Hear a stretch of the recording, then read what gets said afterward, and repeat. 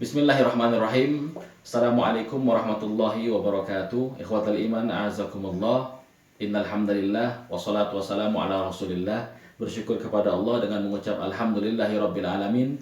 Bersalawat kepada Nabi dengan mengucap Allahumma shalli ala sayyidina Muhammad. Mari kita lanjutkan kajian kita masih pada serial para penentang Nabi Muhammad SAW. Yang sebelumnya kita membahas tentang Abu Lahab atau Abdul Uzza. Saat ini kita akan membahas tentang Ummu Jamil. Siapa beliau?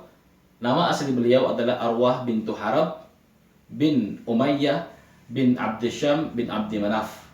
Kalau terdengar nama Abdi Manaf, berarti nasab beliau sama atau bertemu dengan nasab Rasulullah SAW. Rasul Muhammad bin Abdullah bin Abdul Muttalib bin Hashim bin Abdi Manaf. Jadi sama-sama ketemu di Abdi Manaf. Kemudian ke atas Abdi Manaf bin Qusay bin Kilab bin Marrah bin Ka'ab bin Lu'ay bin Ghalib bin Fihir. Dan Fihir ini yang ada gelar Quraisy. Kalau dari nasab ini berarti Ummu Jamil adalah seorang bangsawan Quraisy. Dan beliau juga masih kerabat Nabi Muhammad SAW. Beliau juga istri dari paman Nabi Abdul Uzza atau Abu Lahab. Dan perlu kita ketahui bersama, Ummu Jamil adalah wanita yang memiliki paras yang sangat cantik. Namun sayangnya parasnya yang cantik ini tidak sejalan dengan perangainya. Beliau memiliki perangai yang sangat buruk, bahkan beliau lebih dikenal dengan wanita yang berbulu tajam. Itulah nasab Ummu Jamil. Ummu Jamil itu berarti ibu atau perempuan yang sangat cantik. Ikhwatal iman azakumullah. Beliau ini kompak dengan suaminya Abu Lahab memusuhi Rasulullah SAW. Terlihat pada saat ketika Abu Lahab marah besar saat ayat Tabbat yada Abi Lahabi wa tab ayat ini turun. Kemudian beliau berkata pada kedua putranya Utbah dan Utaibah, aku tidak ingin mempunyai hubungan apapun, hubungan kerabat dengan Muhammad. Aku ingin kalian menceraikannya. Kemudian Utbah dan Utaibah menceraikan istri mereka, yang istri mereka adalah Ruqayyah dan Ummi Kalthum, anak dari putri dari Rasulullah SAW. Dan Ummu Jamil merestui perceraian tersebut, bahkan beliau sangat mendukung terjadinya perceraian tersebut. Ikhwatan iman azakumullah, intinya Abu Lahab, Ummu Jamil dan anak-anaknya kompak bersama untuk memusuhi Rasulullah SAW. Bukan itu saja, bahkan Ummu Jamil ini pernah menuduh Jibril adalah setan. Jadi suatu ketika pada saat wahyu lama tidak turun, Nabi Muhammad SAW berjalan ke atas bukit, berjalan ke sana, berjalan ke sini, terlihat galau. Dan karena tidak ada wahyu yang turun, ini kesempatan bagi Ummu Jamil untuk membuat opini seolah-olah bahwa yang datang itu bukannya malaikat, tapi justru setan. Dia berkata di depan kerumunan halayak ramai kepada Muhammad, ya Muhammad, wahai Muhammad, ma ra'aituka, aku tidak melihatmu illa qad tarakaka syaitanuk, kecuali setanmu telah meninggalkanmu.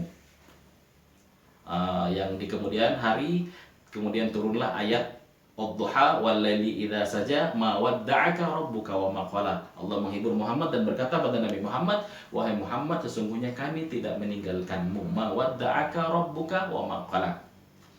Khawatir iman azakumullah, selain pernah menuduh Jibril sebagai setan, beliau juga pernah mencela Nabi Muhammad. Al-Kisah ketika ayat Tabbat yada Abi Lahabi wa tab ma aghna anhu maluhu wa ma kasab sayasla naran dzata lahab wa imra'atuhu hammalatal hatab. Perempuannya Abu Lahab, dia juga membawa kayu bakar dan juga akan dijebloskan ke dalam api neraka. Mendengar ayat ini, beliau merasa seolah-olah Muhammad ini mencela. Akhirnya beliau membawa batu yang akan digunakan untuk menyakiti Rasul. Beliau mencari di mana Muhammad, di mana Muhammad. Kemudian pada saat itu Rasulullah SAW sedang duduk bersama Abu Bakar di dekat Ka'bah. Kemudian Abu Bakar berkata, ya Rasulullah, inna akhbalat, ya Rasulullah, Ummu Jamil datang dan akan menghampiri kita. Inni akhafu alaika antarak, aku sangat khawatir ya Rasulullah, kata Abu Bakar, dia akan melihatmu. Kemudian Rasul menjawab, inna halan tarani, wahai Abu Bakar, tenang saja, dia tidak akan pernah bisa melihatku. Ini pun yang tertera dalam Al-Quran di surat Al-Isra ayat 45. A'udzubillahi minasyaitonirrajim. Wa idza qara'tal Qur'an ja'alna bainaka wa bainal ladzina la yu'minuna hijaban mastura. Bahwasannya dijelaskan di situ Ummu Jamil tidak bisa melihat Muhammad Nabi kita SAW. Kemudian ketika sampai dia lalu berkata pada Abu Bakar, Ya Abu Bakrin, wahai Abu Bakar, inni ukhbirtu, sesungguhnya aku diberikan kabar, anna sahibaka hajani, bahwasannya sahabatmu telah mencelaku. Abu Bakar menjawab, la, tidak. Birabbi hadzal bait, demi Allah, demi Tuhan yang memiliki rumah ini. Rumah ini yang beliau maksud adalah Ka'bah. Demi Tuhan yang memiliki Ka'bah ini, memiliki rumah ini, mahajak, sesungguhnya beliau tidak mencelamu. Namun Ummu Jamil tidak puas dengan jawaban Abu Bakar, lalu beliau berkatakan, aku juga bisa mencela Abu Bakar dengan sihir-sihir, aku juga bisa mencela Muhammad dengan sihir-sihir yang telah dia buat. Kemudian dia membuat sihir, yang sihir ini sangat populer di kalangan para ulama. Beliau berkata, Muzammam abaina, dia mengganti Muhammad dengan kalimat Muzammam abaina wa dinuhu qalaina wa amruhu asaina. Muzammam, si tercela itu kami ingkari, agamanya kami benci, perintahnya tidak akan pernah kami turuti. Jadi beliau mengganti kalimat Muhammad yang berarti terpuji dengan kata muzammam, yaitu tercela. Kemudian ikhwatan iman azakumullah, masyarakat Mekah lalu melihat, bagaimana mungkin Muhammad duduk di depannya, tapi Ummu Jamil justru tidak melihat Muhammad. Dan ini merupakan mukjizat Nabi Muhammad SAW.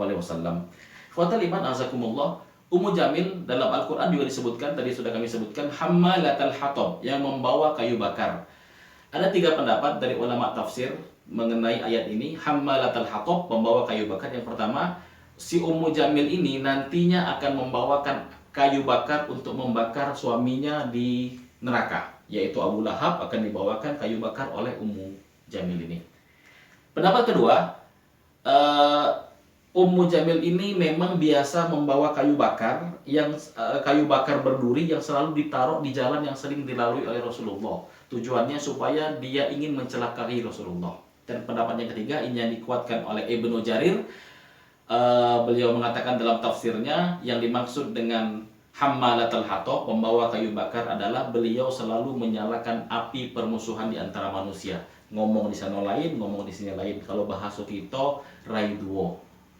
Khawatir iman azakumullah, disebutkan dalam hadis yang diriwayatkan oleh Al-Imam Al-Bukhari dan Imam Muslim, muttafaqun alaih, la yadkhulul jannata namamun, tidak akan pernah masuk surga orang yang selalu mengadu domba. Dan ciri-ciri orang adu domba itu setidaknya ada beberapa hal. Yang pertama, orang yang selalu ingin tahu urusan orang lain. Nak tahu gaya urusan jema, ada gawi apa, nak tahu. Ada gawi apa, dia tahu. Si anu ngomong apa, si anu ngomong apa. Itu yang pertama. Dia selalu ingin tahu apa yang menjadi urusan orang lain. Yang kedua, selalu membicarakan keburukan orang lain. Nah, jadi kalau ada wong yang selalu membicarakan keburukan orang lain, yang ini halakan cai, karena suatu saat dia akan bercerita tentang keburukanmu pada jemaah lain. Yang ketiga, dia ini iri ketika melihat orang lain bahagia. Yang keempat, dia akan merasa senang ketika melihat orang lain susah. Jika ada 4 ciri-ciri ini pada sahabatmu, maka dia tidak layak dijadikan teman, apalagi pasangan hidupmu. Dan bagi yang merasa, segeralah berubah. Wallahu a'lam. Khawatir iman azakumullah, bagaimana akhir hayat Ummu Jamil? Pada akhir hayatnya Ummu Jamil, karena beliau memiliki kebiasaan membawa kayu bakar atau kayu berduri untuk menaruh di jalan yang sering dilalui oleh Rasulullah. Pada suatu ketika beliau bawa kayu bakar tersebut dan talinya tiba-tiba terlilit ke lehernya, kemudian beliau meregang nyawa dengan cara tercekik seperti itu. Kisah tragis, pada akhirnya wanita cantik ini mati dalam keadaan yang sangat mengenaskan. Ikhwatal iman azakumullah, barangkali itu yang bisa kami sampaikan pada kesempatan kali ini. Insyaallah kita sambung di lain waktu. Wallahu muwaffiq ila aqwamit thoriq. Wassalamualaikum warahmatullahi wabarakatuh.